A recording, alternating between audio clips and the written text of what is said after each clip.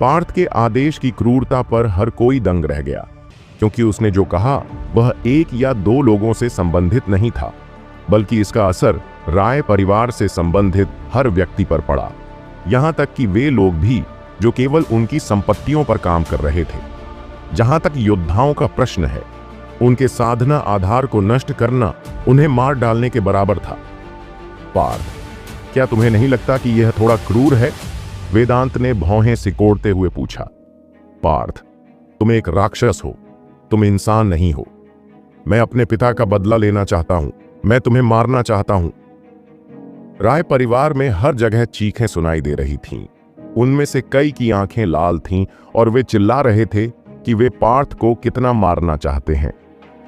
पिताजी, इसे इस तरह से देखें, अगर आप उन्हें आज जाने देंगे तो वे कल वापस आ सकते हैं और आपको नुकसान पहुंचा सकते हैं। जब मैंने कहा कि मैं उन्हें नहीं मारूंगा तो मैं दयालु बन रहा था। पार्थ ने मुस्कुराते हुए कहा, पिताजी, लड़ाई में कोई सही या गलत नहीं होता, केवल जीत या हार होती है। साधना की दुनिया में नियम यही है।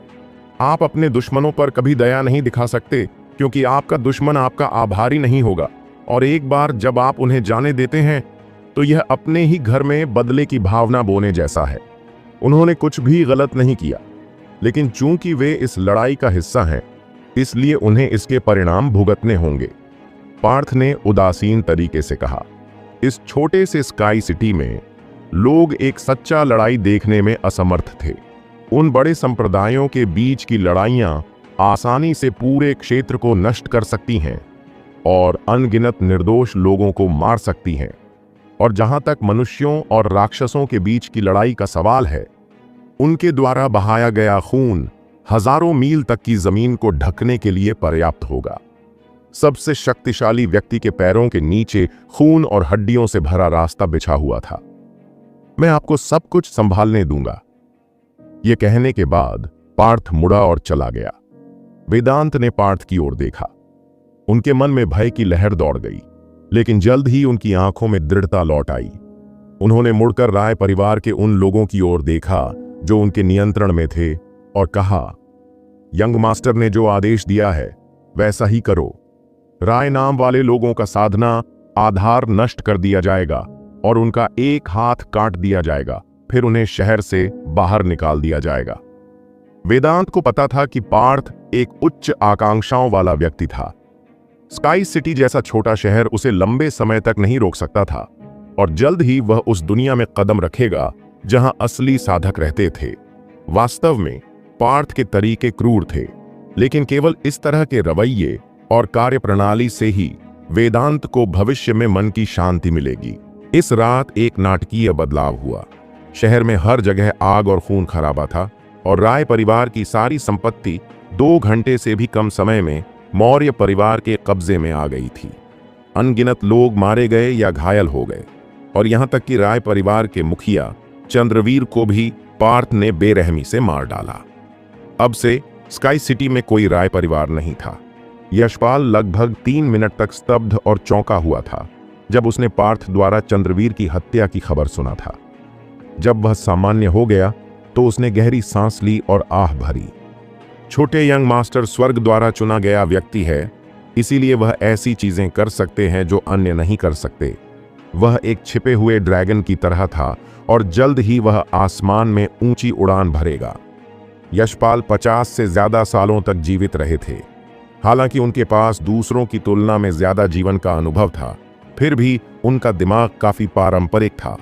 उन्होंने पहले कभी पार्थ जैसा कोई नहीं देखा था, और पार्थ ने जो हासिल किया था उसने सभी के दिमाग को बदल दिया था। दुनिया कैसे काम करती है, इस बारे में उनके विचारों को पार्थ ने तोड़ मरोड़ कर पेश किया था। जब पार्थ ने उन्हें राय परिवार पर हमला करने का आदेश दिया तो कई लोग सोच रहे थे कि वह बहुत लापरवाह है, और यहां तक कि यशपाल ने भी उससे सवाल किया। लेकिन किसी ने नहीं सोचा होगा कि राय परिवार इतनी तेजी से नष्ट हो सकता है, और यह कहा जा सकता है कि यह सब अकेले पार्थ की वजह से था। इस लड़ाई की योजना और व्यवस्था अकेले पार्थ ने की थी, और वह था जिसने चंद्रवीर को मार डाला, जिससे स्काई सिटी के ऊपर का आकाश बदल गया। अगले दिन सूरज की रोशनी पूर्व दिशा से चमकने लगी थी। यह एक और दिन था जिसमें तेज धूप थी और आखिरकार स्काई सिटी में शांतिपूर्ण दिन लौट आए थे। हालांकि कुछ जगहों पर आग और धुआं अभी भी देखा जा सकता था और हवा में खून की गंध बनी हुई थी, जिससे स्काई सिटी का माहौल पहले से ज्यादा उदास हो गया था। मौर्य परिवार ने राय परिवार को खत्म कर दिया था। साधना की दुनिया में रहने वालों के लिए यह कोई बड़ी बात नहीं थी, लेकिन स्काई सिटी में यह भूकंप लाने के लिए काफी था। इस खबर को ज्यादा समय तक छिपाया नहीं जा सकता था और कोई भी इसे छिपाने की कोशिश नहीं कर रहा था। जानबूझकर खबर फैलाए बिना शहर में हर कोई जानता था कि कल रात क्या हुआ था। राय परिवार रातों रात शहर से गायब हो गया था। बहुत से लोग अभी भी इसे स्वीकार नहीं कर पा रहे थे, क्योंकि यह बहुत जल्दी, बहुत अचानक हुआ। कल दोनों परिवार लड़ाई के मंच पर द्वंद्व कर रहे थे और अब उनमें से एक परिवार गायब हो गया। बहुत तेज, यह अविश्वसनीय है। राय परिवार शहर के सबसे बड़े टाइकून में से एक था और अब वे सिर्फ एक रात में खत्म हो गए। क्या यह सच है? किसने सोचा था कि ऐसा होगा? मौर्य परिवार ने इतनी जल्दी काम किया। मुझे लगता है कि यह यंग मास्टर पार्थ की वजह से था। आप लोगों ने कल सुना होगा, यह यंग मास्टर ही था जिसने राय परिवार पर हमले का आदेश दिया था और वह अभी अभी ऊर्जा सागर क्षेत्र में पहुंचा था। उसने चंद्रवीर को भी मार डाला, जो ऊर्जा सागर क्षेत्र के पीक पर था। यह अविश्वसनीय है, बहुत भयानक है। मैंने सुना है कि पार्थ ने जानबूझकर चंद्रवीर को अकेले उससे लड़ने का मौका दिया और फिर उसने अकेले ही चंद्रवीर को हरा दिया। वह एक राक्षस है। राय परिवार वालिया परिवार का उपयोग करके मौर्य परिवार को खत्म करने की योजना बना रहा था, लेकिन कौन जानता था कि मौर्य परिवार पहले अपना कदम उठाएगा। सड़कों पर हर कोई कल रात लड़ाई के बारे में बात कर रहा था और पार्थ की प्रतिष्ठा एक नई ऊंचाई पर पहुंच गई थी। उसने चंद्रवीर को मार डाला था, जो पहले से ही कई लोगों के लिए एक अछूत विशालकाय की तरह था, और वे अभी भी सोच रहे थे कि क्या यह सब सच था। यह 15 वर्षीय युवक बहुत निर्दयी था। वह साहस और पूर्ण आत्मविश्वास के साथ काम करता था और वह पुरानी पीढ़ी के महान योद्धाओं से भी अधिक तेज था। उसने जो किया उससे कई लोग डर गए थे। एक ही रात में राय परिवार को खत्म करना कोई आम आदमी नहीं कर सकता था। मेरी राय में राय परिवार खुद मौत की तलाश में था। पार्थ कोई ऐसा व्यक्ति नहीं है जो दया दिखाता है, और वे वालिया परिवार का उपयोग मौर्य परिवार को नष्ट करने के लिए करना चाहते थे, जिससे उन्हें कुछ भी किए बिना अच्छे परिणाम मिल सकें। पार्थ उन्हें ऐसा नहीं करने देगा। यह सही है, परिणाम देखें। उन्हें पार्थ ने सिर्फ एक ही रात में नष्ट कर दिया। मैंने सुना है कि पार्थ ने बचे हुए राय परिवार योद्धाओं के साधना को नष्ट कर दिया और राय परिवार से संबंधित लोगों का एक हाथ काट दिया। वह वास्तव में भयंकर और क्रूर है। मेरे गधे, दोनों परिवार जीवन और मौत के लिए लड़ रहे थे। जब उसने उनकी जान बख्शी तो उसने दया दिखाई। सारी बातचीत में पार्थ का नाम था, एक ऐसा नाम जिसने बहुत कम समय में सभी के विचार बदल दिए थे। एक ऐसे व्यक्ति से जो बेवकूफ और बेकार था, एक महान योद्धा बन गया जो सिर्फ एक रात में राय परिवार को नष्ट करने में सक्षम था। यह सब बहुत तेजी से हुआ। यह स्काई सिटी के लोगों के लिए एक बहुत बड़ी घटना थी। जबकि हर कोई इस बारे में बात कर रहा था कि क्या हुआ था, कोई भी दूसरे महत्वपूर्ण मुद्दे के बारे में नहीं भूला था। रेड सिटी से वालिया परिवार। पार्थ ने उनके यंग मास्टर को मार डाला था और वे उसे ऐसा करने नहीं देंगे। हालांकि मौर्य परिवार ने राय परिवार को खत्म कर दिया है और अब वे शहर के प्रभारी हैं, लेकिन अब उनके लिए एक और भी बड़ा खतरा इंतजार कर रहा है। यह सही है, वालिया परिवार ने अभी तक कुछ नहीं किया है। शहर में जल्द ही एक और भी बड़ा भूकंप आने वाला है। चीजें गड़बड़ हो रही हैं। पार्थ राय परिवार को नष्ट करने में सक्षम है, लेकिन राय परिवार वालिया परिवार की तुलना में कुछ भी नहीं है। अगर वालिया परिवार मौर्य परिवार को खत्म कर देता है तो क्या शहर का कोई मालिक नहीं रह जाएगा? उस समय शहर में अराजकता फैल जाएगी, क्योंकि नई शक्तियां खुद पर नियंत्रण पाने के लिए लड़ेंगी। बहुत से लोग चिंतित थे। नागरिक केवल शांतिपूर्ण जीवन जीना चाहते थे, लेकिन हाल ही में हुई सभी घटनाओं के कारण भविष्य अंधकारमय दिख रहा था। उनका जीवन तभी सामान्य हो सकता था जब मौर्य परिवार विकसित हो सके और फिर से सब कुछ अपने नियंत्रण में ले सके। सिटी लॉर्ड के निवास के बैठक हॉल में मौर्य परिवार के शीर्ष व्यक्ति बाईं और दाईं ओर बैठे थे, जबकि पार्थ और वेदांत मुख्य सीटों पर बैठे थे। माहौल बहुत भारी था। ऐसा नहीं होना चाहिए था, क्योंकि उन्होंने अभी अभी अपने प्रतिद्वंद्वी राय परिवार को खत्म किया था और शहर पर पूरा नियंत्रण हासिल किया था। उन्हें जश्न मनाना चाहिए था, लेकिन किसी के चेहरे पर मुस्कान नहीं दिख रही थी। वे सभी चिंतित दिख रहे थे। बेशक एक व्यक्ति था जिसके चेहरे पर मुस्कान थी, पार्थ। उसने साफ सुथरा सफेद कपड़ा पहन रखा था और वह अपनी कुर्सी पर आराम से पैर मोड़कर बैठा था। उसके मुंह पर मुस्कान देखी जा सकती थी और उसके चेहरे पर काफी आत्मविश्वास दिखाई दे रहा था। कल रात का लड़ाई पूरी तरह से खत्म हो गया। राय परिवार को बहुत नुकसान हुआ। सभी को खुश होना चाहिए, लेकिन आप सभी ऐसे उदास चेहरे क्यों दिखा रहे हैं? चलो मुस्कुराओ, पार्थ ने चिढ़ाते हुए कहा। पार्थ की बात सुनकर सभी के चेहरे पर मुस्कान आ गई, लेकिन यह मुस्कान कड़वी थी। वे वास्तव में अपने दिल की गहराई से मुस्कुरा नहीं सकते थे और वे सोच रहे थे कि पार्थ अभी भी कैसे मुस्कुरा पा रहा है। क्या उसे नहीं पता था कि वे अब अपने सबसे बड़े खतरे का सामना कर रहे थे? यंग मास्टर, हाँ, हमने राय परिवार को खत्म कर दिया, लेकिन वालिया परिवार इसे आसानी से जाने नहीं देगा। मुझे लगता है कि 3 दिनों के भीतर वालिया परिवार यहां आएगा और हम पर हमला करेगा। हम उनसे कैसे निपटेंगे? यशपाल ने पूछा। वेदांत सहित सभी ने पार्थ की ओर देखा। वेदांत को सबसे ज्यादा चिंता वालिया परिवार के साथ होने वाले लड़ाई की थी। पार्थ अब मौर्य परिवार का मुख्य हिस्सा बन गया था। पिताजी, अंकल यशपाल, क्या आप सभी को लगता है कि वालिया परिवार अपराजेय है? क्या आप सभी को लगता है कि एक बार वालिया परिवार आ गया तो हम राय परिवार के नक्शे कदम पर चलेंगे और खत्म हो जाएंगे? पार्थ ने मुस्कुराते हुए सहजता से कहा, लेकिन चिंता का एक भी संकेत नहीं दिखाया। सभी चुप रहे। जाहिर है पार्थ ने वही कहा था जो वे सब सोच रहे थे। यंग मास्टर, रेड सिटी का वालिया परिवार ऐसा कुछ नहीं है जिसकी तुलना राय परिवार से की जा सके। उनके पास नश्वर कोर क्षेत्र में योद्धा है और उनका मुखिया लेट नश्वर कोर क्षेत्र में है। हमारे पास उन उच्च स्तरीय योद्धाओं के खिलाफ खुद का बचाव करने का कोई तरीका नहीं है। यह सही है, जिन योद्धाओं ने अपने नश्वर कोर का गठन किया है उनकी तुलना उन लोगों से नहीं की जा सकती जिन्होंने केवल अपने ऊर्जा सागर का गठन किया है। कोई भी ऊर्जा सागर योद्धा चाहे कितना भी मजबूत और शक्तिशाली क्यों न हो, उसके लिए नश्वर कोर क्षेत्र में किसी प्रतिद्वंद्वी के खिलाफ लड़ने का कोई तरीका नहीं है। हम अपनी वर्तमान ताकत से खुद का बचाव नहीं कर सकते। दोनों मोटे आदमी एक के बाद एक बोले। पार्थ, मुझे मत बताओ कि तुम्हारे पास उनसे निपटने का कोई तरीका है। पार्थ का आत्मविश्वास देखकर वेदांत खुद को यह सवाल पूछने से रोक नहीं सका। पिताजी, हमने कल रात ही राय परिवार को नष्ट कर दिया है। बहुत सारा काम करना होगा। वे सारी संपत्तियां, पैसे और दौलत हैं। हमें उन्हें ठीक से व्यवस्थित करना चाहिए। पार्थ ने वेदांत के सवाल का जवाब नहीं दिया। पार्थ, अब हम वालिया परिवार का सामना कर रहे हैं और हमारे सभी लोगों का मनोबल गिर गया है। वे अन्य मामलों पर ध्यान देने के मूड में नहीं हैं, वेदांत ने कहा। उन्होंने जिस तरह से स्थिति का वर्णन किया था वह सूक्ष्म था। शक्तिशाली वालिया परिवार की धमकी के कारण मनोबल न केवल कम था, बल्कि हर कोई डरा हुआ और चिंतित भी था।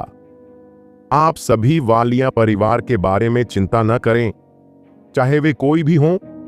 अगर वे इस शहर में आते हैं तो मैं उन्हें उसी तरह वापस भेज दूंगा जिस तरह से वे आए थे। पार्थ की आंखें चमक उठीं और वह खड़ा हो गया। सब लोग सुनो, आगे बढ़ो और अपने सामान्य काम करो। चाहे आसमान भी गिर जाए, मैं तुम्हारे सामने खड़ा रहूंगा और उसे तुम्हारे लिए उठा लूंगा। पार्थ जो कहना चाहता था उसे कहने के बाद मीटिंग हॉल से चला गया।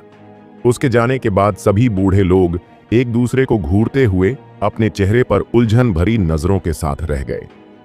वे सोच रहे थे कि उनके यंग मास्टर इतने आश्वस्त कैसे हो सकते हैं। वे सभी कुछ दशकों से जीवित थे और वे सभी ऊर्जा सागर योद्धा थे, लेकिन जब उनका सामना पार्थ से हुआ जो केवल 15 साल का था, तो उन्हें छोटे बच्चों जैसा महसूस हुआ। यह रेड सिटी से वालिया परिवार है। यंग मास्टर इससे निपटने की क्या योजना बना रहे हैं? किसी ने आह भरते हुए कहा। हालांकि पार्थ ने आत्मविश्वास से काम लिया, लेकिन यह किसी को भी भौहें सिकोड़ने से नहीं रोक पाया। दुश्मन बहुत शक्तिशाली था और वे किसी भी ऐसी चीज के बारे में नहीं सोच सकते थे जो उनके दुश्मन को हरा सके। हमारे यंग मास्टर ने जो कहा उसे सुनिए। वे पहले कभी गलत नहीं हुए, ये सही है।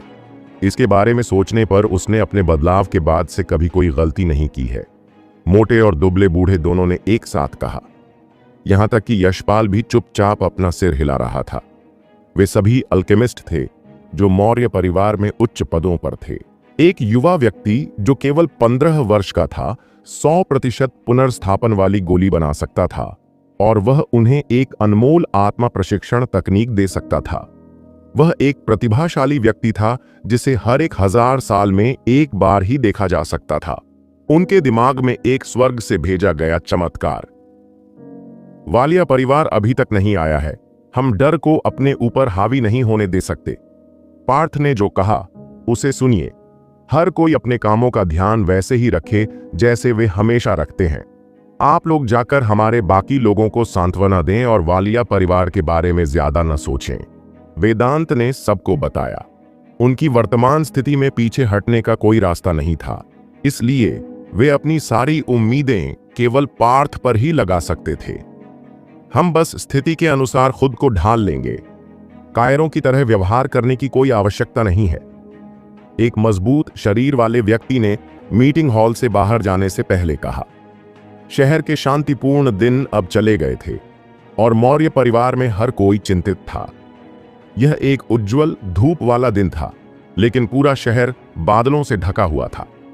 पार्थ अपने कमरे में चला गया और दरवाजा बंद कर लिया। किसी भी आगंतुक को आने से मना कर दिया, यहां तक कि उसके अपने पिता भी उससे मिलने नहीं आ सके। जो होना था वह होकर रहेगा, चाहे जो भी हो। भयंकर बारिश तो आनी ही थी।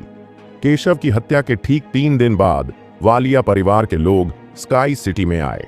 वालिया परिवार के सिर्फ कुछ दर्जन लोग थे, लेकिन उनकी ताकत 100 या 10 लोगों से भी ज्यादा थी।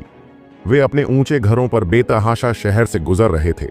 उनकी मंजिल थी सिटी लॉर्ड का भवन। जो लोग इसमें शामिल नहीं हैं वे यहां से चले जाएं या मर जाएं। ये शब्द शक्तिशाली आध्यात्मिक शक्ति वाले एक महान योद्धा द्वारा फैलाए गए थे। वह नश्वर कोर क्षेत्र में था। हे भगवान, वे आखिरकार यहां आ गए। रेड सिटी से वालिया परिवार यहां आ गया है। हालांकि वहां केवल कुछ दर्जन लोग हैं, वे सभी भयानक रूप से शक्तिशाली हैं। 3 योद्धा नश्वर कोर क्षेत्र में हैं और बाकी सभी ऊर्जा सागर क्षेत्र में हैं। मौर्य परिवार खत्म हो गया है। उनके लीडर को देखो, उसका नाम चंद्र प्रकाश वालिया है और वह वालिया परिवार का मुखिया है। एक लेट नश्वर कोर क्षेत्र योद्धा। वह शायद ही कभी बाहर आता है क्योंकि वह स्वर्गीय कोर क्षेत्र को तोड़ने पर ध्यान केंद्रित कर रहा है। आप बता सकते हैं कि केशव उसके लिए बहुत महत्वपूर्ण व्यक्ति था क्योंकि वह इस बार व्यक्तिगत रूप से आया था। बेशक वह बाहर आएगा। उसके अपने बेटे को किसी ने मार डाला था। यही वजह है कि वह इतना गुस्से में है। 3 नश्वर कोर योद्धा, दर्जनों ऊर्जा सागर योद्धा, वे इस बार मौर्य परिवार को राख में बदल देंगे। अगर मौर्य परिवार नष्ट हो गया तो हमारा शहर पूरी तरह अराजकता में डूब जाएगा। हर कोई डरा हुआ था। वालिया परिवार बहुत क्रूर था। यहाँ के ज्यादातर लोगों ने पहले कभी नश्वर कोर क्षेत्र में योद्धा नहीं देखा था। ये उनका पहला मौका था जब उन्होंने किसी योद्धा को देखा था, और यह डरावना था। वालिया परिवार के लोग क्रूरता से पेश आ रहे थे। एक व्यक्ति ने चाबुक से एक व्यक्ति को मारा जो समय रहते वहां से नहीं हट पाया और उसे तुरंत 2 टुकड़ों में काट दिया। मौत की तलाश में, उस आदमी ने ठंडे भाव से कहा और घोड़े पर सवार होकर शव के पास से निकल गया। अरे, वे बहुत घमंडी हैं। वे हमारे साथ ऐसा व्यवहार कर रहे हैं जैसे हम कुछ भी नहीं हैं, और वे हमें बेतरतीब ढंग से मार भी रहे हैं। इन लोगों में हत्या करने की बहुत ज्यादा नीयत है। मुझे आश्चर्य है कि मौर्य परिवार इस पर कैसी प्रतिक्रिया देगा। आओ, उनके पीछे पीछे सिटी लॉर्ड के भवन तक चलें और देखें। अगर तुम मरना चाहते हो तो मुझे मत गिनो, मुझे अभी भी जीना है। बस देखो वालिया परिवार किस तरह से व्यवहार कर रहा है। अगर मैं उनके द्वारा मारा गया तो मेरा बदला कौन ले पाएगा? उसी समय सिटी लॉर्ड के महल में उन्हें वालिया परिवार के आने की खबर मिली। हालांकि वे सभी तैयार थे, लेकिन वालिया परिवार के आने की खबर सुनकर वे सभी डर गए। यंग मास्टर कहाँ हैं? वालिया परिवार यहां आ गया है, किसी ने चिल्लाकर कहा। यह एक महत्वपूर्ण क्षण था, लेकिन पार्थ मौर्य परिवार का सहारा कहीं नहीं मिला। वह अभी भी अपने घर में छिपा हुआ था और पिछले 2 दिनों से उसे किसी ने नहीं देखा था। दयानंद, जाओ और देखो कि यंग मास्टर अभी क्या कर रहे हैं, वेदांत ने दयानंद की ओर देखते हुए कहा। हाँ मास्टर। दयानंद पार्थ के घर की ओर बढ़ा। उसकी गति सबसे तेज खरगोश से भी तेज थी। 1 मिनट बाद दयानंद सूजे हुए चेहरे और आंखों में आंसू लिए वापस आया। वह वेदांत के पास गया। क्या गलत? यशपाल ने चेहरे पर शिकन के साथ पूछा। यंग मास्टर ने मुझे बाहर निकाल दिया और कहा कि कोई भी उन्हें परेशान न करे। दयानंद परेशान दिख रहा था। स्थिति इतनी गंभीर थी कि उसने दरवाजा नहीं खटखटाया। इसके बजाय वह सीधे पार्थ के कमरे में चला गया और इससे पहले कि वह कुछ कह पाता, उसे पार्थ ने थप्पड़ मार दिया और पार्थ ने उसका पैर लगभग तोड़ दिया था। हमेशा मुझे ही क्यों चोट लगती है? दयानंद ने अपना सिर उठाया और आंखों में आंसू भरकर आसमान की ओर देखा। वह तो बस संदेशवाहक था, उसे थप्पड़ मारने का हक नहीं था। ऐसा क्यों हुआ? क्या यंग मास्टर ने हमें नहीं बताया कि अगर आसमान भी गिर जाए तो वह ही हमारे ऊपर खड़ा रहेगा और उसे थामे रखेगा? ऐसी स्थिति में भी वह क्यों छिपा हुआ है? यंग मास्टर लोगों से छिप नहीं सकते। वालिया परिवार यहां आ गया है और हम उनसे छिप नहीं सकते। बहुत से लोग गुस्से में थे। उन्हें पता ही नहीं था कि उनके यंग मास्टर वास्तव में क्या करना चाहते थे। उन्होंने बहुत आत्मविश्वास से व्यवहार किया और उन्होंने कहा कि वे सभी को उनके दुश्मनों वालिया परिवार से बचाएंगे। उन्होंने यह बात सबके सामने कही, लेकिन अब जब दुश्मन यहां था तो वे अपने कमरे में छिप गए। सब चुप हो जाओ, कोई तो कारण होगा कि यंग मास्टर अभी तक बाहर नहीं आना चाहते, यशपाल जोर से चिल्लाया। हालांकि वह समझ नहीं पाया कि पार्थ ने ऐसा क्यों किया, लेकिन उसे पार्थ पर भरोसा था। टकराना। अचानक प्रवेश द्वार से एक जोरदार धमाका सुनाई दिया। सिटी लॉर्ड की हवेली का सामने का दरवाजा टुकड़ों में टूट गया था और एक आवाज गड़गड़ाहट के साथ सुनाई दी, मौर्य परिवार के सभी लोग अब बाहर आ जाओ और अपनी मौत का सामना करो। आवाज बहुत तेज थी और सिटी लॉर्ड के महल में हर जगह गूंज रही थी। हर कोई आवाज को साफ सुन सकता था और महल के पास खड़े कुछ लोग डरकर चुप हो गए। खत्म हो गया, खत्म हो गया, मौर्य परिवार खत्म हो गया। वालिया परिवार बहुत शक्तिशाली था और जिस तरह से उन्होंने व्यवहार किया उससे लगता था कि वे मौर्य परिवार को बचने का कोई मौका नहीं देंगे। आओ चलें और देखें। वेदांत ने अपने कपड़े ठीक किया और मुख्य द्वार की ओर चल दिया। बाकी लोगों ने गहरी सांस ली और पीछे पीछे चल दिए। यह एक महत्वपूर्ण क्षण था और अगर वे इसे ठीक से हल नहीं कर पाए तो वे सभी आज मारे जाएंगे। जल्द ही मौर्य परिवार के सभी लोग प्रवेश द्वार पर आ गए। सामने के दरवाजे को देखकर, जो टुकड़ों में टूट गया था, सभी चौंक गए। उन्होंने वालिया परिवार के लोगों की ओर देखा और एक आदमी को देखा जो पीले रंग का वस्त्र पहने हुए सबके सामने खड़ा था। वह 40 के दशक का लग रहा था और उसका शरीर इतना मजबूत था कि उसकी तुलना चंद्रवीर से की जा सकती थी। उसके चेहरे पर एक भयानक निशान था जिसने उसे पहली बार देखने वाले को भी डरा दिया। वह व्यक्ति वालिया परिवार का मुखिया था, चंद्र प्रकाश। अफवाहों के अनुसार वह एक क्रूर व्यक्ति था जिसका दिल बहुत नीच था और वह किसी को भी आसानी से नहीं छोड़ता था जो उसे अपमानित करता था। और अब उसका अपना बेटा स्काई सिटी में मारा गया था और वह व्यक्तिगत रूप से सिटी लॉर्ड की पूरी हवेली को नष्ट करके अपने बेटे का बदला लेने की योजना बना रहा था। चंद्र प्रकाश ने अपने चारों ओर एक मजबूत शक्ति जारी किया। जो लोग उसके सामने खड़े होते थे उन्हें बहुत दबाव महसूस होता था। वे ठीक से सांस भी नहीं ले पाते थे। यह एक लेट नश्वर कोर योद्धा की आभा थी। चंद्र प्रकाश के पीछे 2 बूढ़े आदमी खड़े थे जो 50 साल के थे। उनके चेहरे पर घमंड था और वे भी नश्वर कोर योद्धा थे। उनके पीछे दर्जनों भयंकर आदमी खड़े थे और वे सभी ऊर्जा सागर योद्धा थे। उनमें से एक आदमी के चेहरे पर एक उदास और घृणित भाव था। ऐसा इसलिए था क्योंकि उसने वेदांत को देखा था। ऐसा लगभग ऐसा था जैसे वह उसे जिंदा खाना नहीं चाहता था। वह विनय शेख था। वह व्यक्ति जिसने रेड सिटी में वालिया परिवार को यह खबर दी थी कि उनके यंग मास्टर की हत्या कर दी गई है। स्काई सिटी और रेड सिटी के बीच लंबी दूरी के कारण वह समय पर वापस लौटने में असमर्थ था। दोनों परिवारों की स्पष्ट ताकत को देखते हुए मौर्य परिवार का मरना लगभग निश्चित था। तुम में से पार्थ कौन है? चंद्रप्रकाश ने एक बड़ी घंटी की तरह ऊंची आवाज में पूछा, जिसने उसे सुनने वाले सभी को चौंका दिया। उसकी निर्दयी दृष्टि मौर्य परिवार के सभी लोगों पर टिकी थी। उसने उन पर तुरंत हमला नहीं किया क्योंकि उसके दिमाग में आज मौर्य परिवार का अंत था और मौर्य परिवार का हर व्यक्ति आज या बाद में मर जाएगा। वह पता लगाना चाहता था कि पार्थ कौन था और उससे पूछना चाहता था कि उसने उसके बेटे को मारने की हिम्मत कैसे की। मैं वेदांत हूं, मैंने ही तुम्हारे बेटे को मारा है, इसका पार्थ से कोई लेना देना नहीं है, वेदांत ने कहा। वालिया परिवार का मौर्य परिवार के एक भी व्यक्ति को मौत से बचने देने का कोई इरादा नहीं था। अगर पार्थ के पास आज इस समस्या को हल करने का कोई तरीका नहीं है तो वेदांत को हर कीमत पर पार्थ की रक्षा करनी होगी ताकि वह यहां से भाग सके और मौर्य परिवार को जीवित रहने दे। नहीं, यंग मास्टर केशव को पार्थ ने मारा था। यंग मास्टर केशव का पीछा करने वाले अल्केमिस्ट को वेदांत ने मार डाला था। वे दोनों ही अपराधी हैं जिन्हें बख्शा नहीं जा सकता। वह छोटा सा कमीना पार्थ अभी कहीं छिपा होगा। विनय शेख ने एक कदम आगे बढ़ाया और घृणा भरे स्वर में जोर से बोला, राय परिवार खत्म हो चुका था। वेदांत और पार्थ के प्रति उसकी नफरत एक अजेय झरने की तरह थी। मौर्य परिवार के नष्ट होने के बाद ही वह अपनी नफरत को छोड़ पाएगा। कहीं छुप गया है तो पहले उसके पिता को मार डालूंगा और देखूंगा कि वह बाहर आता है या नहीं। चंद्रप्रकाश के चेहरे पर एक गंभीर मुस्कान उभरी। उसके शरीर से एक जानलेवा आभा उभरी।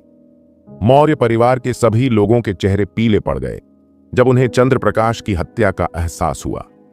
अब तक पार्थ ने उनसे कहा था कि जब भी कोई खतरनाक स्थिति आएगी वह उनके सामने खड़ा होगा, लेकिन वह अभी भी कहीं नहीं दिखाई दिया। वे सभी अपने दिलों में दुखी थे और उन्होंने सारी उम्मीद खो दी थी। मैं ही वह व्यक्ति हूं जिसने तुम्हारे परिवार के लोगों को मारा है, इसका किसी और से कोई लेना देना नहीं है। वालिया परिवार रेड सिटी का एक सम्मानित परिवार है और मुखिया चंद्रप्रकाश भी एक प्रतिष्ठित व्यक्ति हैं। मुझे विश्वास है कि आप दूसरों को मुश्किल स्थिति में नहीं डालेंगे, वेदांत ने कहा। सिटी लॉर्ड, यशपाल ने अपनी आंखें झपकाईं और दांत पीसते हुए कहा, मैं सिटी लॉर्ड के साथ मर जाऊंगा।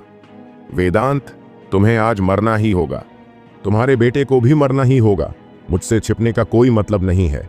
मैं तुम्हारी हर चीज नष्ट कर दूंगा और सभी को आज मरना ही होगा।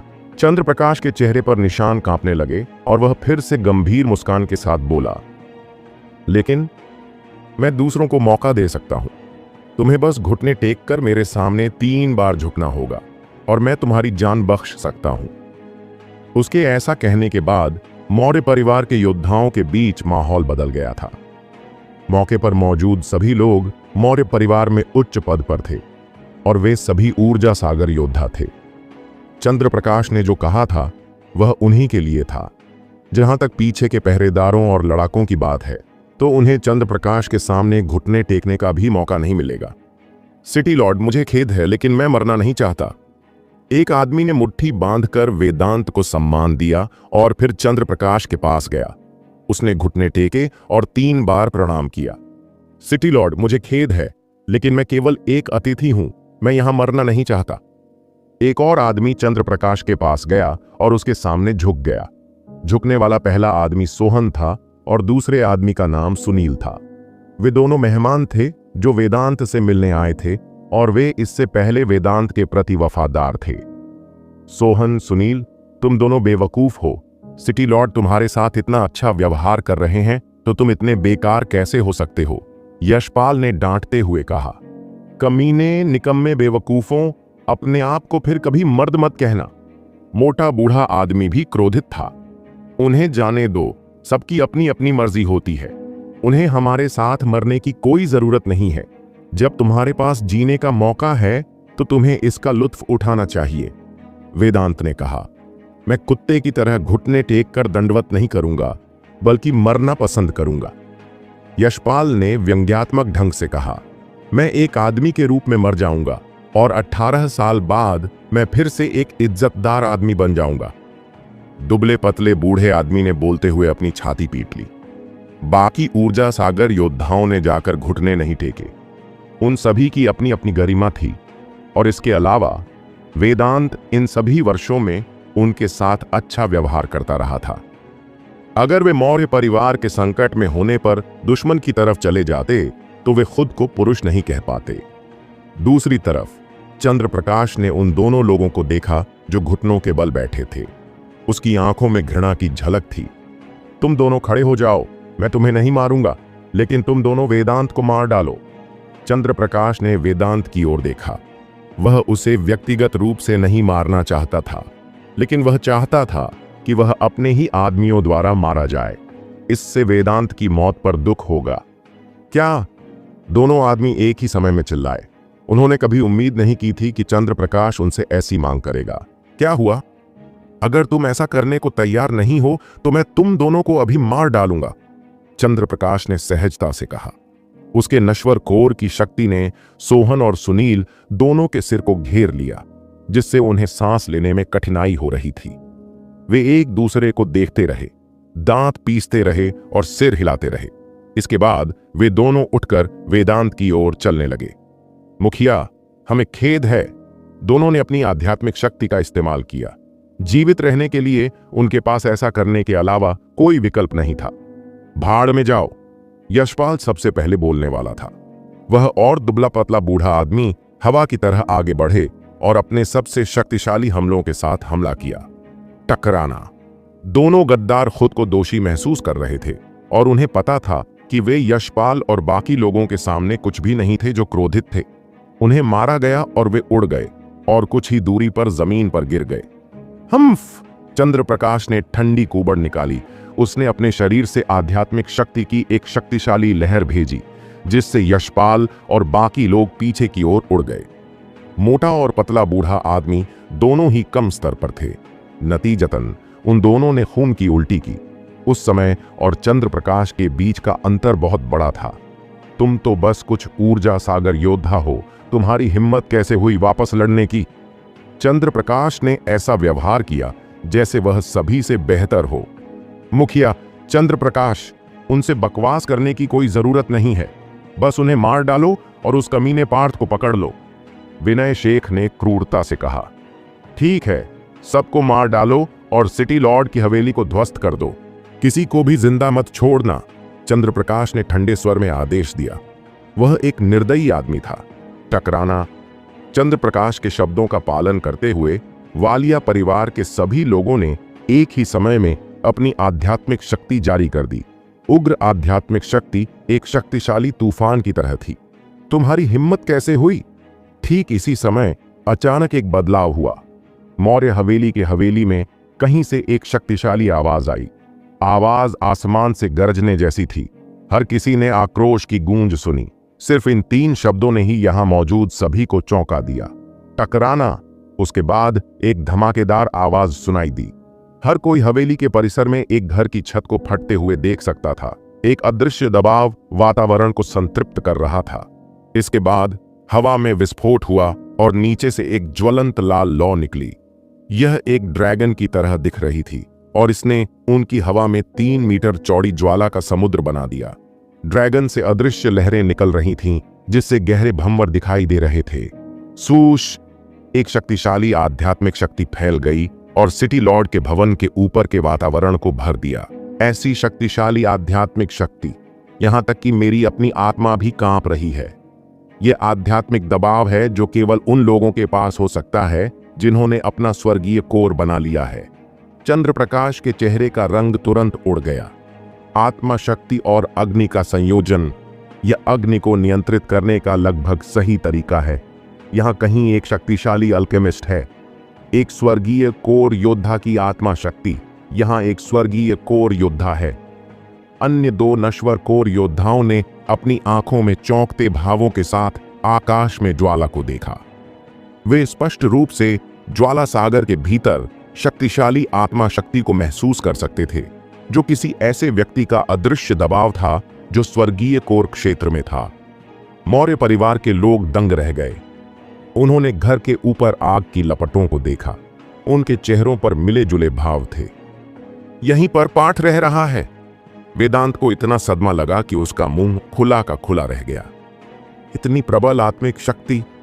यंग मास्टर के कमरे में कब से एक महान योद्धा छिपा हुआ है। यशपाल ने खुद से बुदबुदाया। मैं यहां साधना कर रहा था। तुम सबकी हिम्मत कैसे हुई कि तुम यहां आकर मुझे परेशान कर रहे हो? मर जाओ! शक्तिशाली आवाज एक बार फिर से बोली। यह एक ऐसी आवाज थी जो किसी व्यक्ति की आत्मा में गूंजती थी और यह किसी के मन को आसानी से विचलित कर सकती थी। माननीय महोदय, हमें खेद है। हमें नहीं पता था कि आप यहां हैं। कृपया हमें आपको परेशान करने के लिए माफ करें माननीय महोदय। मेरा नाम चंद्र प्रकाश है।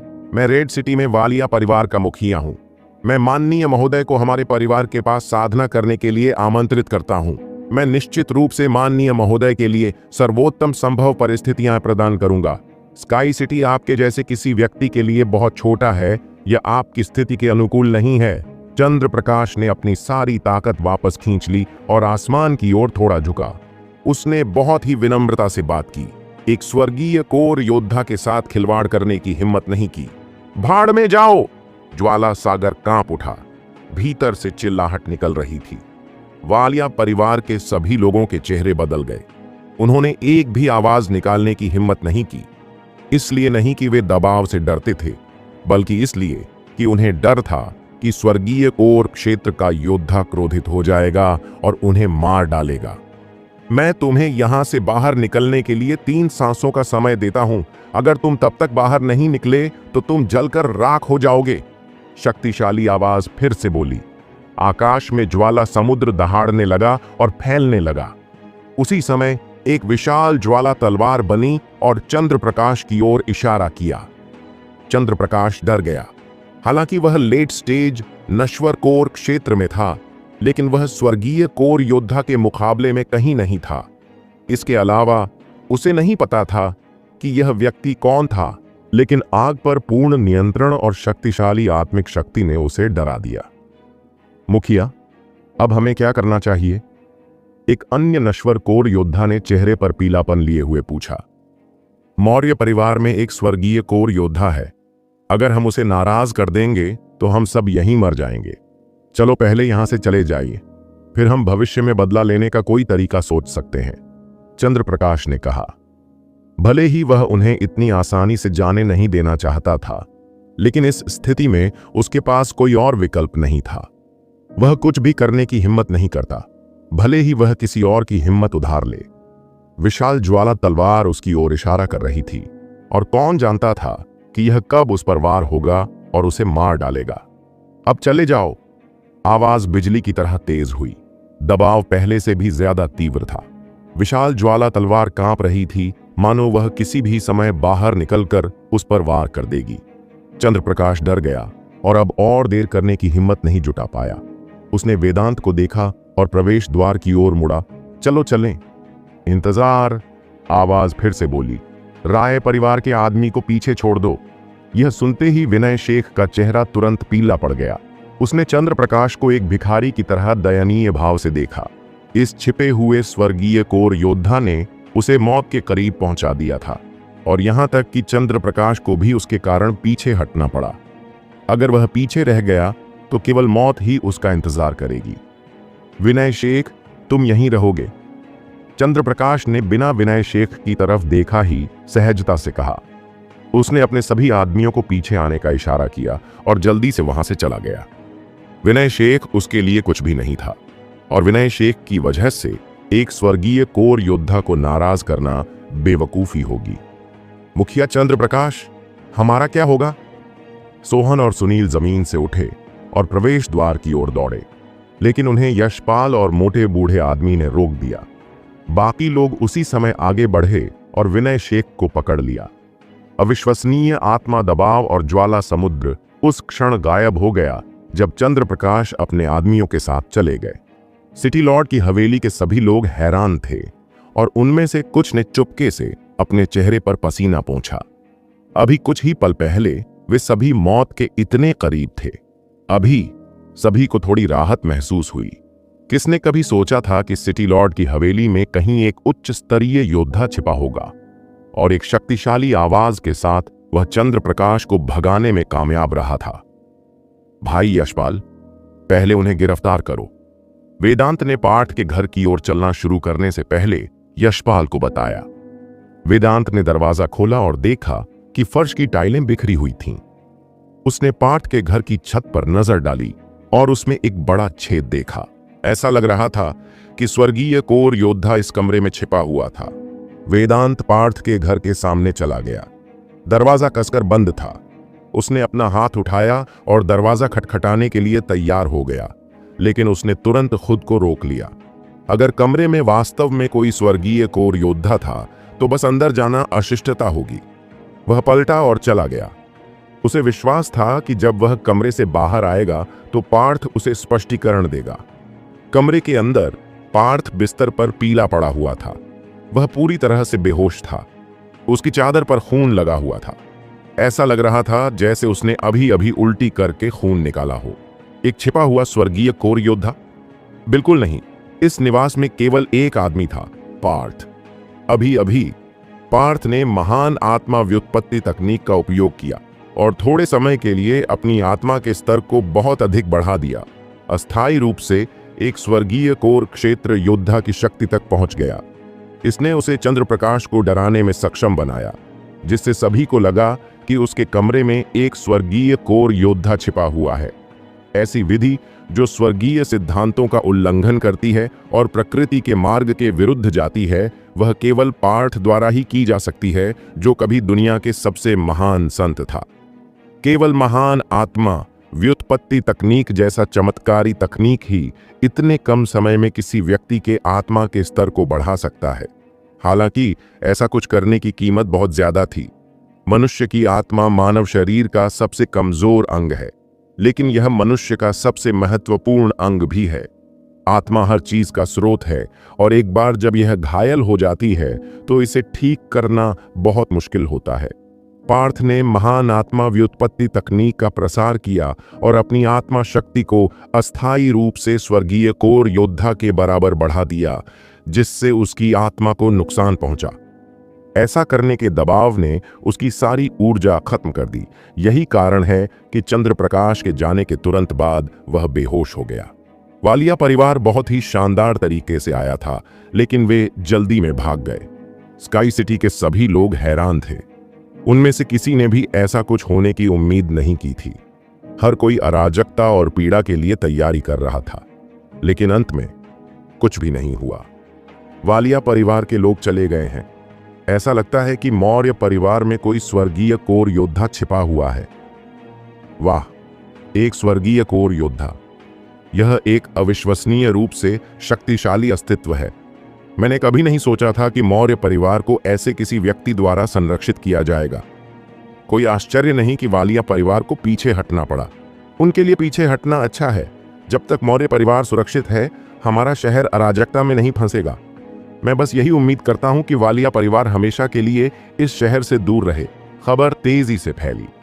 वालिया परिवार के पीछे हटने का दृश्य बहुत से लोगों ने देखा था और छिपे हुए स्वर्गीय कोर योद्धा के बारे में अफवाह फैलने में ज्यादा समय नहीं लगा। इसके अलावा सिटी लॉर्ड की हवेली के कुछ नजदीक रहने वाले सभी लोग दबाव महसूस कर सकते थे। पार्थ होश में आने से पहले 1 घंटे तक बेहोश रहा था। उसे भयंकर सिर दर्द था और उसे बहुत चक्कर आ रहा था। पार्थ तुरंत नहीं उठा। उसने ग्रेट सोल डेरिवेशन स्किल का प्रसार करना शुरू कर दिया और कुछ ही मिनटों के बाद उसका भयानक सिर दर्द इतना कम हो गया कि वह बिस्तर पर बैठ गया। उसने एक नश्वर पुनर्स्थापन पिल निगल ली और अपने पैरों को क्रॉस करके बैठ गया। फिर उसने ग्रेट सोल डेरिवेशन स्किल के साथ ड्रैगन ट्रांसफॉर्मेशन स्किल का प्रसार करना शुरू कर दिया, जिससे उसकी ऊर्जा ठीक हो गई। पार्थ के घर के बाहर वेदांत, यशपाल और बाकी ऊर्जा सागर योद्धा उत्सुकता से इधर उधर घूम रहे थे। वे पार्थ के बाहर आने का इंतजार कर रहे थे और वे स्वर्गीय कोर योद्धा से मिलना भी चाहते थे। वे पूरे दिन इंतजार करते रहे। सूरज ढल चुका था और रात हो चुकी थी। पार्थ अभी तक नहीं दिखा था। कमरे के अंदर पार्थ ने अचानक अपनी आंखें खोला। उसके बाल बिना हवा के उड़ रहे थे। उसका चेहरा अभी भी पीला था, लेकिन उसकी हालत पहले से बहुत बेहतर थी। वास्तव में ड्रैगन परिवर्तन तकनीक एक शक्तिशाली तकनीक है। ऊर्जा और रक्त शक्तिशाली है और उपचार करने की क्षमता भी मजबूत है। दुर्भाग्य से मेरी आत्मा पर जो नुकसान हुआ है उसकी भरपाई आसानी से नहीं होने वाली है, पार्थ ने आह भरते हुए कहा। उसके सारे घाव ठीक हो गए थे, लेकिन उसकी आत्मा को बहुत ज्यादा नुकसान पहुंचा था। अभी पार्थ की आत्मा दयनीय स्थिति में थी। महान आत्मा व्युत्पत्ति तकनीक का उपयोग करने से होने वाली प्रतिक्रिया बहुत शक्तिशाली थी। मैं अपनी आत्मा की स्थिति के कारण इस समय कोई भी गोली नहीं बना पाऊंगा। मुझे जल्द से जल्द अपनी आत्मा को पुनः स्वस्थ करने का कोई रास्ता ढूंढना होगा, पार्थ ने मन ही मन सोचा। आत्मा किसी भी इंसान का सबसे महत्वपूर्ण अंग है, और अगर आत्मा क्षतिग्रस्त हो गई तो परिणाम बहुत गंभीर होंगे। जब आत्मा क्षतिग्रस्त हो जाती है तो आप सबसे पहले अपनी गोलियां बनाने की क्षमता खो देंगे, उसके बाद अपनी ध्यान केंद्रित करने की क्षमता और फिर अपनी साधना करने की क्षमता खो देंगे। हालांकि पार्थ की आत्मा महान आत्मा व्युत्पत्ति तकनीक से निरंतर उपचार के अधीन थी, लेकिन इस बार नुकसान बहुत अधिक था। अकेले उपचार उसके ठीक होने के लिए पर्याप्त नहीं था। उसे वर्तमान में एक ऐसी गोली की आवश्यकता थी जो उसकी आत्मा को पोषण दे सके, और एक दुर्लभ प्राकृतिक वस्तु। लेकिन दुर्लभ प्राकृतिक वस्तु और आत्मा पुनर्प्राप्ति की गोलियां अविश्वसनीय रूप से कीमती थीं। आत्मा को ठीक करने वाली प्राकृतिक वस्तु गोलियों के लिए इस्तेमाल की जाने वाली सामग्री से भी दुर्लभ थी, और इस छोटे से शहर में इसे पाना असंभव था। लगता है मुझे रेड सिटी जाना होगा। मैं वहां उस गोली की खोज कर सकता हूं जो मेरी आत्मा को वापस ठीक कर सकती है, और मैं वालिया परिवार की गतिविधियों पर भी बारीकी से नजर रख सकता हूं। पार्थ ने तय किया कि उसका अगला कदम क्या होगा। उसे रेड सिटी जाना था। उसने केशव को मार दिया था, और चंद्र प्रकाश जैसा कोई व्यक्ति इस मामले में कभी हार नहीं मानेगा। जब वह वापस जाएगा तो वह मौर्य परिवार की स्थिति पर जासूसी करता रहेगा, क्योंकि एक बार उसे पता चल गया कि स्वर्गीय कोर योद्धा मौजूद नहीं है। मौर्य परिवार तब अपने विनाश का सामना करेगा। पार्थ निष्क्रिय किस्म का व्यक्ति नहीं था। वह हर चीज पर नियंत्रण रखना पसंद करता था। वह खड़ा हुआ, दरवाजा खोला और अपने कमरे से बाहर निकल गया। पिताजी, अंकल यशपाल, आप सब यहां क्यों इकट्ठे हुए हैं? पार्थ ने चेहरे पर जिज्ञासा भरी नजर से पूछा। पार्थ को अपने कमरे से बाहर आते देख सभी की आंखें चमक उठीं। वे पूरे दिन से इंतजार कर रहे थे। इनमें से कुछ लोगों के चेहरे पर शर्मिंदगी थी। वे पार्थ के बारे में गलत थे। उन्हें लगा कि पार्थ अपने कमरे में छिपा हुआ है और बाहर नहीं आना चाहता, लेकिन वास्तव में वह एक स्वर्गीय कोर योद्धा के साथ था। यंग मास्टर झूठ नहीं बोल रहे थे। उनके पीछे एक स्वर्गीय कोर योद्धा था। यही कारण था कि वह इतना आश्वस्त था, और वालिया परिवार का सामना करते समय उन्होंने कोई डर नहीं दिखाया। पार्थ, हमारे परिवार में स्वर्गीय कोर योद्धा कब से आ गया?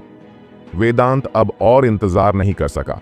उसने सीधे पूछा, यंग मास्टर, आप स्वर्गीय कोर योद्धा को कब से जानते हैं? हम में से किसी को भी इसके बारे में नहीं पता था, यशपाल ने पूछा। पिताजी, अंकल यशपाल, इस स्वर्गीय कोर योद्धा का व्यक्तित्व अजीब है। वह शांत रहना चाहता है और मेरे कमरे में साधना करना चाहता है।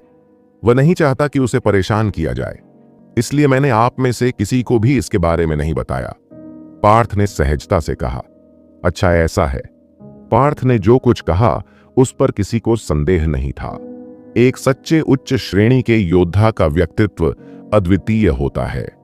एक सच्चा उच्च श्रेणी का योद्धा शांति से साधना करना पसंद करता है और उसे परेशान होना पसंद नहीं है। ठीक है, ऐसा ही होना चाहिए।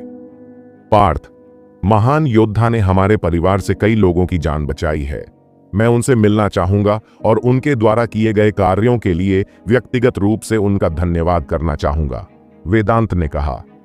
पिताजी, मैंने आपको बताया था, वह किसी से मिलना नहीं चाहते। इस शहर के सभी लोगों में से वह केवल मुझसे ही मिलना चाहते हैं। अगर मैं किसी को उससे मिलने के लिए लेकर जाऊंगा तो मुझे डर है कि यह महान योद्धा तुरंत ही चला जाएगा, पार्थ ने अपने हाथ फैलाकर कहा। यह सुनकर कि महान योद्धा तुरंत चले जाएंगे, सभी लोग घबरा गए। ठीक है, मैं उससे मिलने नहीं जाऊंगा, लेकिन पार्थ, तुम्हें उनके प्रति बहुत आभार प्रकट करना होगा। अगर उनकी कोई इच्छा है तो मुझे बता देना, हम उनकी मांगों को पूरा करने की पूरी कोशिश करेंगे, वेदांत ने कहा। मौर्य परिवार और वालिया परिवार के बीच संबंध तटस्थ से घातक शत्रुता में बदल गए थे। मौर्य परिवार केवल इस स्वर्गीय कोर योद्धा पर निर्भर हो सकता था, और अगर वह शहर छोड़ देता और वालिया परिवार फिर से यहां आ जाता, मौर्य परिवार का वध कर दिया जाता। चिंता मत करो पिताजी। और वह विनय शेख कहां है? पार्थ की दृष्टि ठंडी हो गई। विनय शेख राय परिवार का एकमात्र जीवित व्यक्ति था, और वह एक ऊर्जा सागर योद्धा था, जिससे वह एक बड़ा खतरा बन गया। पार्थ इस संभावित खतरे से छुटकारा पाना चाहता था। यही कारण था कि पार्थ ने चंद्र प्रकाश से विनय शेख को पीछे छोड़ने की मांग की। पार्थ ने किसी भी संभावित खतरे को दूर जाने से मना कर दिया। उसे उन दो कमीनों सोहन और सुनील के साथ बंद कर दिया गया था। यशपाल ने कहा, जाओ उन्हें यहां ले आओ, पार्थ ने कहा। मोटे और दुबले बूढ़े आदमी ने जवाब दिया। यशपाल मुड़कर चले गए। कुछ ही समय बाद यशपाल ने विनय शेख और अन्य दो को पार्थ के पास लाया। उनके चेहरे खून से भरे हुए थे और उनकी ऊर्जा गड़बड़ थी। जाहिर है इससे पहले उन्हें कुछ कठोर पिटाई मिली थी। पार्थ, तुम छोटे कमीने, तुमने राय परिवार को नष्ट कर दिया है। मैं तुम्हें जाने नहीं दूंगा, भले ही मैं भूत बन जाऊं। विनय शेख ने पार्थ को देखते ही तुरंत गाली देना शुरू कर दिया। चुप रहो, यशपाल ने उसे थप्पड़ मारने से पहले कहा। पार्थ का चेहरा ठंडा पड़ गया और उसने दो उंगलियां दिखाईं। उसकी उंगलियों से एक लंबी तलवार की तरह लाल आग की लपटें निकलीं। उसने उसे बिजली के बोल्ट की तरह विनय शेख की ओर घुमाया, जिससे विनय शेख की गर्दन तुरंत कट गई। खून पानी के फव्वारे की तरह फूट पड़ा और विनय शेख तुरंत चुप हो गया। घटनास्थल पर मौजूद सभी लोगों ने देखा था कि पार्थ क्या करने में सक्षम था, लेकिन फिर भी वे उसे विनय शेख को आसानी से मारते हुए देखकर सिहर उठे। विजेता सब कुछ ले जाता है, यही नियम है, पार्थ ने विनय शेख की लाश पर एक बार भी नजर डाले बिना ठंडे स्वर में कहा। अब उसकी नजर सोहन और सुनील पर केंद्रित थी। प्लॉप! बस एक नजर से दोनों आदमी जमीन पर घुटनों के बल बैठ गए। पार्थ की आंखों ने उन्हें पूरी तरह से डरा दिया था। कृपया हमारी जान बख्श दीजिए यंग मास्टर, हमने चीजों को बहुत गंभीरता से लिया, इसीलिए हमने ऐसा मूर्खतापूर्ण निर्णय लिया। कृपया हमारी जान बख्श दीजिए। मैं अपने बाकी जीवन में एक नौकर के रूप में यंग मास्टर की सेवा करने को तैयार हूं। दोनों व्यक्ति पार्थ के सामने झुके रहे। उनके जैसे व्यक्ति के लिए जो मौत से बहुत डरते थे, उनके सामने खड़ा यंग मास्टर मौत के दूत जैसा लग रहा था। अगर मेरे पास तुम्हारे जैसा नौकर होता तो मैं ठीक से सो नहीं पाता। पार्थ के चेहरे पर घृणा का भाव था। उसने चंद्र प्रकाश पर पहले से दबाव डालना शुरू नहीं किया था, क्योंकि वह मौर्य परिवार के लोगों की वफादारी को परखना चाहता था। पार्थ ने चंद्र प्रकाश द्वारा दिए गए अवसर का उपयोग मौर्य परिवार के बदमाशों से छुटकारा पाने के लिए किया था। स्काई सिटी एक छोटा शहर था और मौर्य परिवार के लिए एक ऊर्जा सागर योद्धा बहुत महत्वपूर्ण था। इसलिए उसे यह सुनिश्चित करना था कि ऊर्जा सागर योद्धा वफादार हों। बस उन्हें मार डालो, वे बहुत घिनौने हैं, दुबले पतले बूढ़े आदमी ने चेहरे पर घृणा का भाव लाते हुए कहा। इस समय सोहन और सुनील को रोने का मन कर रहा था। उनकी एकमात्र इच्छा अभी सो जाना और कभी न जागना था। दोनों को अपने फैसलों पर बहुत पछतावा हो रहा था। अगर उन्हें पता होता कि मौर्य परिवार में एक छिपा हुआ स्वर्गीय कोर योद्धा है, तो वे परिवार को धोखा देने के बजाय मरना पसंद करते। जिन लोगों ने मौर्य परिवार के साथ मरने का फैसला किया, वे अभी भी जिंदा थे और उनके सामने ही लड़खड़ा रहे थे, और जो जीना चाहते थे वे अभी मौत का सामना कर रहे थे। वेदांत ने आह भरी। उसका चेहरा दया और दर्द से भरा हुआ था। ये दोनों आदमी काफी समय से उसका पीछा कर रहे थे और कई बार तो उसने उनके साथ अपने भाइयों जैसा व्यवहार भी किया था। एक आदमी के लिए सबसे दुखद बात तब होती है जब उसका अपना भाई उसे धोखा देता है। वेदांत ने बिना एक सेकंड भी उन लोगों की तरफ देखे अपना सिर हिला दिया। वह पलटा और चला गया। हर कोई उसकी पीठ पर अकेलापन और दर्द देख सकता था। यंग मास्टर, हमें उनके साथ क्या करना चाहिए? यशपाल ने पार्थ की ओर देखते हुए कहा। उन दोनों को मार डालो। उसने ये 3 शब्द कहे। और फिर पलटकर वेदांत के पद चिन्हों पर चलने लगा। उसे अपने पीछे 2 चीखें सुनाई दे रही थीं। आधी रात थी, आसमान में चांद चमक रहा था और सिटी लॉर्ड की हवेली की छत पर 2 आदमी खड़े थे। दोनों ही बिना कुछ बोले आसमान में चमकते चांद को देख रहे थे। ये लोग पार्थ और उसके पिता थे।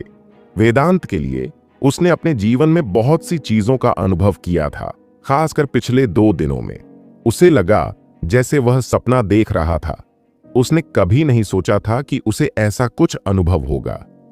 जब कोई व्यक्ति किसी अन्य व्यक्ति को धोखा देने का निर्णय लेता है तो उसे परिणामों के लिए तैयार रहना चाहिए, पार्थ ने शांति से कहा।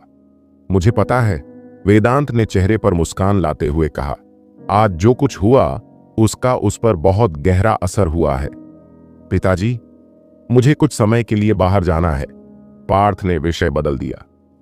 बाहर जाना है? वेदांत चौंक गया। उसने पार्थ की ओर देखा और पूछा, पार्थ, तुम कहां जा रहे हो? पिताजी, चिंता मत कीजिए, मैं थोड़े समय के लिए ही जा रहा हूं। मुझे मत बताइए कि आप अभी भी मेरी क्षमताओं के बारे में चिंतित हैं, पार्थ ने हंसते हुए कहा। तुम सही कह रहे हो, तुम बड़े हो गए हो और वयस्क हो गए हो। मैं भी तुम्हारा मुकाबला नहीं कर सकता। पिताजी जानते हैं कि यह छोटा शहर तुम्हारी क्षमताओं वाले किसी व्यक्ति को लंबे समय तक नहीं रख सकता। तुम्हें बाहर जाकर दुनिया का अनुभव करना होगा, यही सही काम है, वेदांत ने गर्व भरे भाव से कहा। वह जानता था कि पार्थ क्या करने में सक्षम है, इसीलिए अगर वह बाहर जाकर जीवन का अनुभव करना चाहता है तो उसे चिंता नहीं होगी। जब से पार्थ एक नए व्यक्ति में बदल गया था, वेदांत को एक तथ्य समझ में आ गया था। इस दुनिया में एक भी ऐसा व्यक्ति नहीं था जो पार्थ का फायदा उठा सके। उसी रात पार्थ ने तुरंत सिटी लॉर्ड की हवेली छोड़ दी और रेड सिटी की ओर अपनी यात्रा शुरू कर दी। पार्थ ने साफ सफेद वस्त्र पहन लिया, सिर के ऊपर बालों का जूड़ा बांध लिया और बगल से बालों की 2 लटें नीचे लटकने दी। उसने कमर में एक सुनहरी रेशमी बेल्ट पहन रखी थी और हाथ में एक सफेद पंखा थामे था। वह शांत और सुंदर लग रहा था, किसी कुलीन परिवार के युवक जैसा। स्काई सिटी और रेड सिटी के बीच की दूरी कुछ 1000 मील से अधिक थी। न केवल उनके बीच पहाड़ थे, बल्कि भीड़ भरे आकाश शहर नामक एक शहर भी था।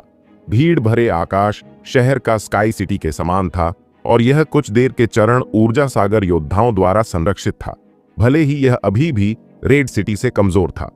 सूरज पूर्व से उग आया था और चमकदार सूरज की रोशनी हर जगह पड़ रही थी। पार्थ ने भीड़ भरे आकाश शहर में पहुंचने से पहले 1 दिन और 2 रात की यात्रा की थी। अगर वह रेड सिटी तक पहुंचना चाहता था तो उसे भीड़ भरे आकाश शहर से गुजरना होगा। अगर वह शहर से बचने का विकल्प चुनता है तो उसे राक्षसों से भरे उबड़-खाबड़ इलाके से गुजरना होगा। यह उसकी यात्रा में देरी करेगा। यही कारण है कि उसने भीड़ भरे आकाश शहर में प्रवेश करने और सीधे इसके माध्यम से गुजरने का फैसला किया। पार्थ ने भीड़ भरे आकाश में प्रवेश किया, लेकिन उसने इधर उधर देखने की जहमत नहीं उठाई। उसे ऐसे शहर में कोई दिलचस्पी नहीं थी जो स्काई सिटी के समान था। वह वैसे भी यहां अपनी जरूरत की कोई चीज नहीं ढूंढ पाएगा। यही कारण था कि पार्थ ने बिना रुके आकाश शहर से गुजरने का निर्णय लेते हुए चलना जारी रखा। क्राउडेड स्काई शहर के दूसरी ओर शहर के प्रवेश द्वार के पास एक बहुत बड़ा चौक था। इस चौक पर बहुत सारे लोग थे, खासकर सुबह के समय। आज यहां आम दिनों से कहीं ज्यादा लोग जमा थे। भाड़े का चौक। चौक के किनारे पर 10 फीट ऊंची चिकनी चट्टान पर 4 लाल शब्द लिखे हुए थे। चौक के चारों ओर लोगों के समूह अलग अलग तरह की गाड़ियों के साथ खड़े थे। उनमें से कुछ भारी छद्मवेश में थे, जिससे गाड़ी का अंदरूनी हिस्सा छिप गया था। भाई, इस भाड़े के सैनिकों के चौक का उद्देश्य क्या है? पार्थ ने एक ऐसे व्यक्ति से पूछा जो 30 वर्ष की आयु का लग रहा था। वह 9वीं श्रेणी का ऊर्जा आधार योद्धा था। वह व्यक्ति अपने मांसल शरीर को प्रदर्शित करते हुए टॉपलेस हो गया था। क्या बकवास है? क्या तुम्हें नहीं पता कि भाड़े के सैनिकों का चौक किस लिए है? तुम मेरे साथ मजाक कर रहे हो, यहां से चले जाओ। बोलते समय उस आदमी ने हाथ हिलाकर पार्थ को वहां से चले जाने का इशारा किया। अभी क्या हुआ? पार्थ ने अपनी आंखें घुमाईं। यह पहली बार था जब वह भीड़ भरे आकाश शहर का दौरा कर रहा था। बेशक उसे शहर की सामान्य कार्यवाही के बारे में ज्ञान की कमी थी। तुम और तुम, प्रत्येक को 3 नश्वर पुनर्स्थापना गोलियां। ठीक है, हमारे पास पर्याप्त आदमी हैं, चलो चलते हैं। यहां से कुछ ही दूरी पर आलीशान कपड़े पहने एक बूढ़े व्यक्ति ने 3 लोगों की ओर इशारा किया। वे एक विशाल घोड़ा गाड़ी पर सवार हुए और फिर चौक से बाहर चले गए। जो लोग चुने गए थे वे खुश हुए और समूह का अनुसरण करने लगे, जबकि जो नहीं चुने गए थे वे धीमी सांसें लेने लगे। यह एक सामान्य स्थिति थी, इसलिए किसी को निराशा नहीं हुई। जो लोग नहीं चुने गए थे वे इधर उधर बिखर गए और अन्य लक्ष्यों की तलाश करने लगे। थोड़ी देर इधर उधर पूछने के बाद पार्थ को अंततः समझ में आ गया कि यह सब क्या था। भाड़े के सैनिकों का चौक भाड़े के सैनिकों के लिए नौकरी की तलाश और वस्तुओं का व्यापार करने का स्थान था।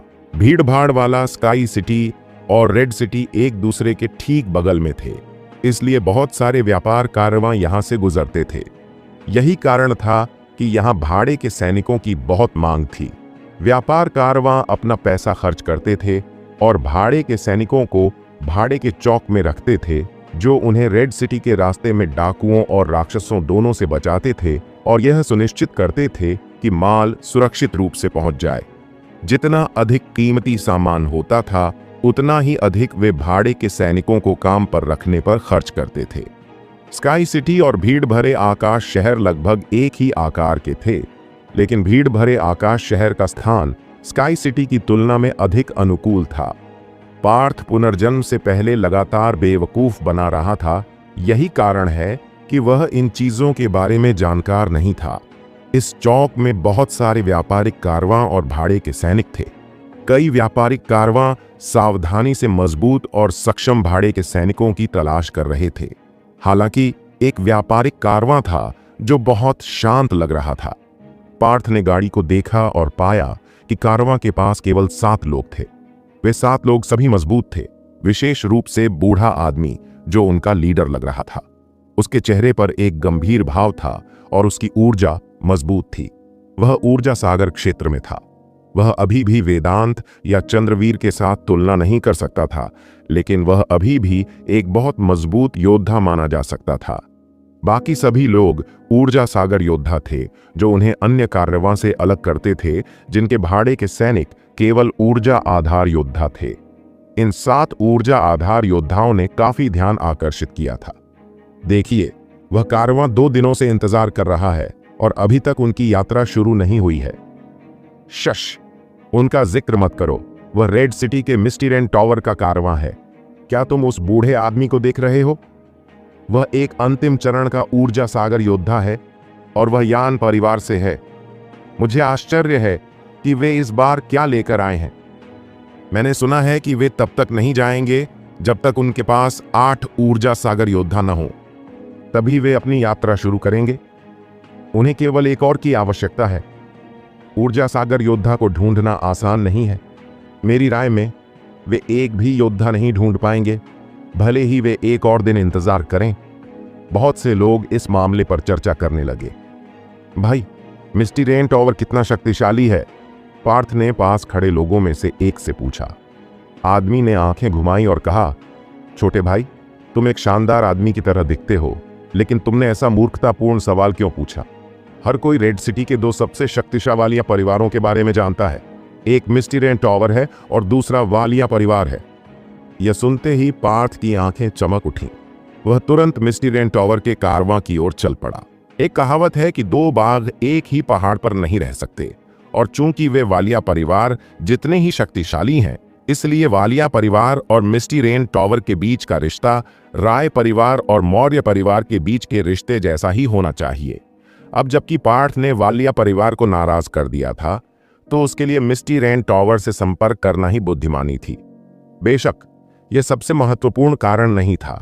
उसका मुख्य उद्देश्य वालिया परिवार से निपटना नहीं था, बल्कि अपनी आत्मा को ठीक करना था। वह रेड सिटी जाना चाहता था ताकि एक कीमती वस्तु और दुर्लभ गोलियां मिल सकें जो उसकी आत्मा को ठीक कर सके।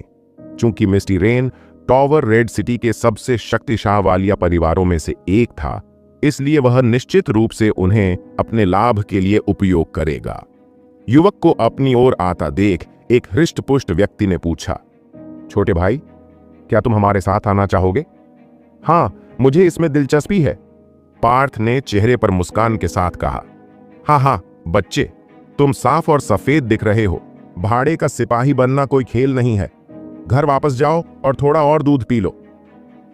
दाढ़ी वाले चेहरे वाला एक अधेड़ उम्र का आदमी पार्थ को चिढ़ाने लगा। बाकी आदमी भी हंसने लगे। उनकी नजर में पार्थ किसी अमीर परिवार का सिर्फ 15-16 साल का लड़का था। उसके जैसा एक अमीर नौजवान आमतौर पर एक बेकार बदमाश होता है। हालांकि ऊर्जा सागर क्षेत्र के अंतिम चरण में बूढ़ा व्यक्ति पार्थ को देखता रहा। उसकी सहज वृत्ति ने उसे बताया कि यह छोटा बच्चा अलग था। उसका शांत रवैया नकली नहीं था और यह ऐसा कुछ नहीं था जो आमतौर पर एक छोटे बच्चे में देखा जाता है। यह मिस्टी रेन टॉवर का कारवां है। हम भाड़े के सैनिकों को काम पर रखते समय उम्र की परवाह नहीं करते। हम केवल एक व्यक्ति की वास्तविक क्षमताओं की परवाह करते हैं। क्या आप ऊर्जा सागर क्षेत्र में हैं? बूढ़े आदमी ने पूछा। टकराना। पार्थ के शरीर से एक शक्तिशाली शक्ति निकली, एक ऊर्जा सागर योद्धा की आभा। बाकी भाड़े के सैनिकों ने हंसना बंद कर दिया और अपने चेहरे पर अविश्वास के भाव के साथ पार्थ को देखने लगे। भाड़े के सैनिकों के चौक में मौजूद बाकी लोग भी आकर्षित हुए। जब उन्होंने ऊर्जा सागर योद्धा को देखा तो उन्हें केवल सफेद कपड़े पहने एक युवक दिखाई दिया। हर कोई हैरान था, खासकर वे लोग जो पहले पार्थ को चिढ़ा रहे थे। अरे, वह जरूर किसी बड़े परिवार का कोई प्रतिभाशाली व्यक्ति होगा। वह इस उम्र में ऊर्जा सागर क्षेत्र तक कैसे पहुंच गया? मैंने अभी अभी ऊर्जा सागर क्षेत्र में एक युवा प्रतिभा को छेड़ा है। बूढ़ा आदमी चौंक गया जब उसे पता चला कि पार्थ वास्तव में एक ऊर्जा सागर योद्धा था। उसकी आंखें तुरंत चमक उठीं और उसके चेहरे पर एक मुस्कान उभर आई। मैं दीनदयाल हूं, क्या मैं तुम्हारा नाम जान सकता हूं? बूढ़े आदमी ने पार्थ को अपना नाम बताया। अगर वह सिर्फ ऊर्जा सागर योद्धा होता तो उसे इतनी परवाह नहीं होती, लेकिन एक 15 वर्षीय ऊर्जा सागर योद्धा अलग था। इस तरह के एक युवा व्यक्ति को उसके परिवार में भी एक अद्वितीय प्रतिभा माना जाएगा। पार्थ ने चेहरे पर मुस्कान के साथ कहा। अच्छा छोटे भाई पार्थ, हमारा गंतव्य रेड सिटी का मिस्टी रेन टॉवर है। मैं तुम्हें 20 नश्वर पुनर्स्थापना गोलियां दूंगा। क्या तुम स्वीकार करते हो? दीनदयाल ने पूछा। भाई पार्थ, जल्दी करो और प्रस्ताव स्वीकार करो। तुम्हारे स्वीकार करते ही हम निकल सकेंगे। मैंने यहां लगभग 2 दिन तक इंतजार किया है। जिस आदमी ने पहले पार्थ को चिढ़ाया था उसे कहा था कि वह घर वापस जाए और थोड़ा और दूध पिए। मैं इसे स्वीकार करूंगा। बेशक, पार्थ इसे स्वीकार करेगा। उसे उन 20 नश्वर पुनर्स्थापना गोलियों की ज्यादा परवाह नहीं थी। उसका गंतव्य रेड सिटी था और वह उस शहर के बारे में कुछ नहीं जानता था। यदि वह मिस्टी रेन टॉवर कारवां का अनुसरण करता तो वह रेड सिटी के बारे में अधिक जानकारी प्राप्त करने में सक्षम होता। चलो ठीक है, जाओ, दीनदयाल ने गहरी आवाज में कहा। 8 लोग कारवां के चारों ओर घूम रहे थे और उन्होंने मर्सिनरी स्क्वायर और क्राउडेड स्काई शहर छोड़ दिया। बूढ़े दीनदयाल, इस बार हम ऐसा क्या लेकर आ रहे हैं जिसके लिए इतने सारे ऊर्जा सागर योद्धाओं की आवश्यकता है? रास्ते में पार्थ को चढ़ाने वाले आदमी ने पूछा। उसका नाम दीपक था और वह एक सीधा आदमी था। उसे बात करना पसंद था। जो आपको नहीं जानना चाहिए उसे मत पूछिए, दीनदयाल के बगल में खड़े एक बूढ़े व्यक्ति ने दीपक को देखते हुए कहा। इन 8 लोगों में से दीनदयाल के अलावा यान परिवार से 2 अन्य लोग भी थे। उनमें से एक ऊर्जा सागर क्षेत्र के मध्य चरण में था और दूसरा ऊर्जा सागर क्षेत्र के प्रारंभिक चरण में था। बूढ़े आदमी द्वारा डांटे जाने के बावजूद दीपक को गुस्सा नहीं आया। वह सिर्फ मुस्कुराया और पार्थ को देखा। भाई पार्थ, आप अपनी उम्र में इस स्तर तक पहुंच गए हैं। आप जिस तरह से कपड़े पहनते हैं उसे देखते हुए आपको किसी अच्छे परिवार से होना चाहिए। तो आपने एक भाड़े के सैनिक के रूप में हमारा अनुसरण करने का फैसला क्यों किया? दीपक ने पूछा। बाकी लोगों ने भी उनकी ओर देखा, यहां तक कि दीनदयाल को भी जवाब में दिलचस्पी थी। मेरे पिताजी ने मुझसे कहा कि मुझे जवानी में ही जीवन का अनुभव लेना चाहिए, पार्थ ने हंसते हुए कहा। दीनदयाल ने मुस्कुराते हुए पार्थ की ओर अपना सिर घुमाया। आपके पिताजी एक होशियार आदमी हैं। आपके जैसे युवा ग्रीन हाउस में एक फूल की तरह हैं। चाहे आप कितने भी मजबूत क्यों न हो, बिना किसी व्यावहारिक अनुभव के आप बेकार रहेंगे। इसलिए आपको बाहर जाकर और अधिक अनुभव प्राप्त करने की आवश्यकता है। ओह ठीक है। क्या भाई पार्थ क्राउडेड स्काई शहर से हैं? मैं स्काई सिटी से हूं। मैं भी आपकी तरह रेड सिटी जाने वाला था, पार्थ ने कहा। Sky city? मैंने सुना है कि वहां कुछ बड़ा हुआ है। वालिया परिवार के यंग मास्टर को वहां किसी ने मार डाला था और कल वालिया परिवार के लोग जल्दी में भीड़ भरे आकाश शहर से गुजरे। दीपक ने चेहरे पर दिलचस्पी भरी नजर लाते हुए कहा। मैं कुछ दिन पहले ही शहर से निकला हूं, इसलिए मुझे इस बारे में कुछ नहीं पता, पार्थ ने मुस्कुराते हुए कहा। ऐसा लगता है कि स्काई सिटी में जो कुछ हुआ उसकी खबर जल्द ही सभी 28 शहरों में फैल जाएगी और उसका नाम कई लोगों द्वारा सुना जाएगा। रास्ते में लोग बातें कर रहे थे और हंस रहे थे।